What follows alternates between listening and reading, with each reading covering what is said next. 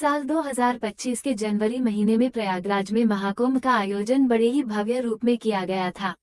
देश विदेश से लाखों श्रद्धालु, संत और साधु इस पावन अवसर पर गंगा स्नान के लिए उमड़ पड़े थे। हर किसी की यही इच्छा थी कि गंगा में डुबकी लगाकर अपने पापों का प्रायश्चित करें और मोक्ष की ओर अग्रसर हों। इसी महाकुंभ में एक दिव्य और तपस्विनी साध्वी भी आई थी, महामाई गंगेश्वरी। वे वर्षों से कठिन तपस्या में लीन थीं और अपने सख्त नियमों के कारण जानी जाती थीं। उनका दृढ़ संकल्प था कि वे प्रतिदिन ब्रह्म मुहूर्त में गंगा स्नान करेगी, चाहे कोई भी परिस्थिति क्यों न हो। गंगा के प्रति उनकी आस्था अद्वितीय थी। वे मानती थीं कि गंगा केवल एक नदी नहीं, बल्कि स्वयं मां भगवती का स्वरूप है, जो आत्मा को शुद्ध करती है और जीवन को मोक्ष की ओर ले जाती है। एक ठंडी सुबह, जब अंधकार अवकाश में छाया हुआ था, महामाई गंगेश्वरी गंगा घाट पर पहुंची। समय लगभग 4 बजे था और वातावरण में एक अलौकिक शांति थी।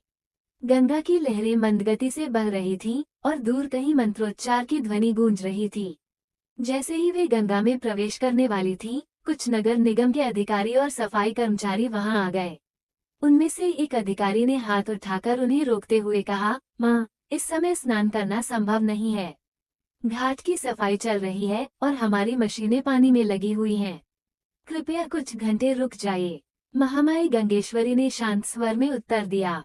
गंगा केवल एक नदी नहीं, बल्कि दिव्य ऊर्जा का प्रवाह है। ये सबकी मां है और कोई भी उसे अपने स्वार्थ के लिए रोक नहीं सकता।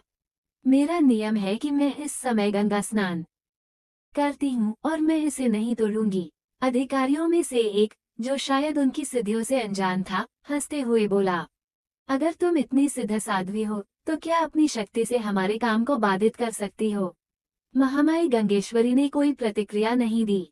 वे वहीं एक शिला पर बैठ गईं और ध्यान में लीन हो गईं। उनकी साधना इतनी गहरी थी कि वातावरण में एक अद्भुत शांति फैल गई।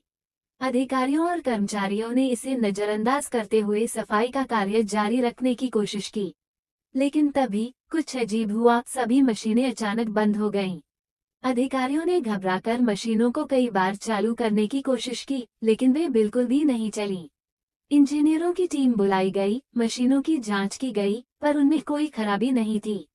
मशीनें पूरी तरह ठीक थीं, पर वे जैसे किसी अज्ञात शक्ति से जाम हो गई थीं। अब घाट पर हलचल मच गई।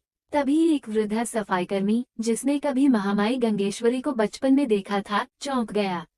उसने अधिकारियों से कहा, आपने इनका अपमान करके बहुत बड़ी भूल की है। महामाई गंगेश्वरी कोई साधारण साध्वी नहीं, बल्कि एक सिद्ध तपस्विनी है।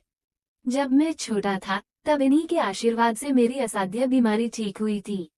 हमें उनसे क्षमा मांगनी चाहिए। ये सुनकर अधिकारी स्तब्ध रह गए। वे समझ गए कि उन्होंने अनजाने में बहुत बड़ी गलती कर दी थी। तुरंत सभी अधिकारी और कर्मचारी महामाई गंगेश्वरी के पास गए और हाथ जोड़कर बोले, मां, हमसे बड़ी भूल हो गई। हमने आपकी महानता को नहीं पहचाना। कृपया हमें क्षमा करें और गंगा में स्नान करें।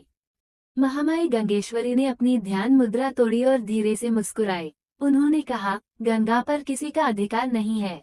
ये सबकी मां है, किंतु हमें एक दूसरे का सम्मान करना चाहिए। इसके बाद वे धीरे धीरे गंगा में उतरी और जैसे ही उन्होंने डुबकी लगाई, वैसे ही सभी मशीनें स्वतः चालू हो गईं। ये देखकर वहां खड़े सभी लोग अवाक रह गए। किसी को समझ नहीं आ रहा था कि यह कैसे हुआ। सफाई कर्मचारियों और अधिकारियों की आंखों में श्रद्धा के आंसू आ गए। इस चमत्कार की खबर पूरे प्रयागराज में आग की तरह फैल गई।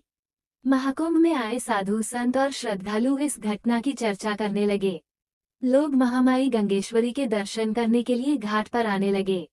उस दिन से अधिकारियों ने गंगा स्नान के लिए कोई प्रतिबंध नहीं लगाया।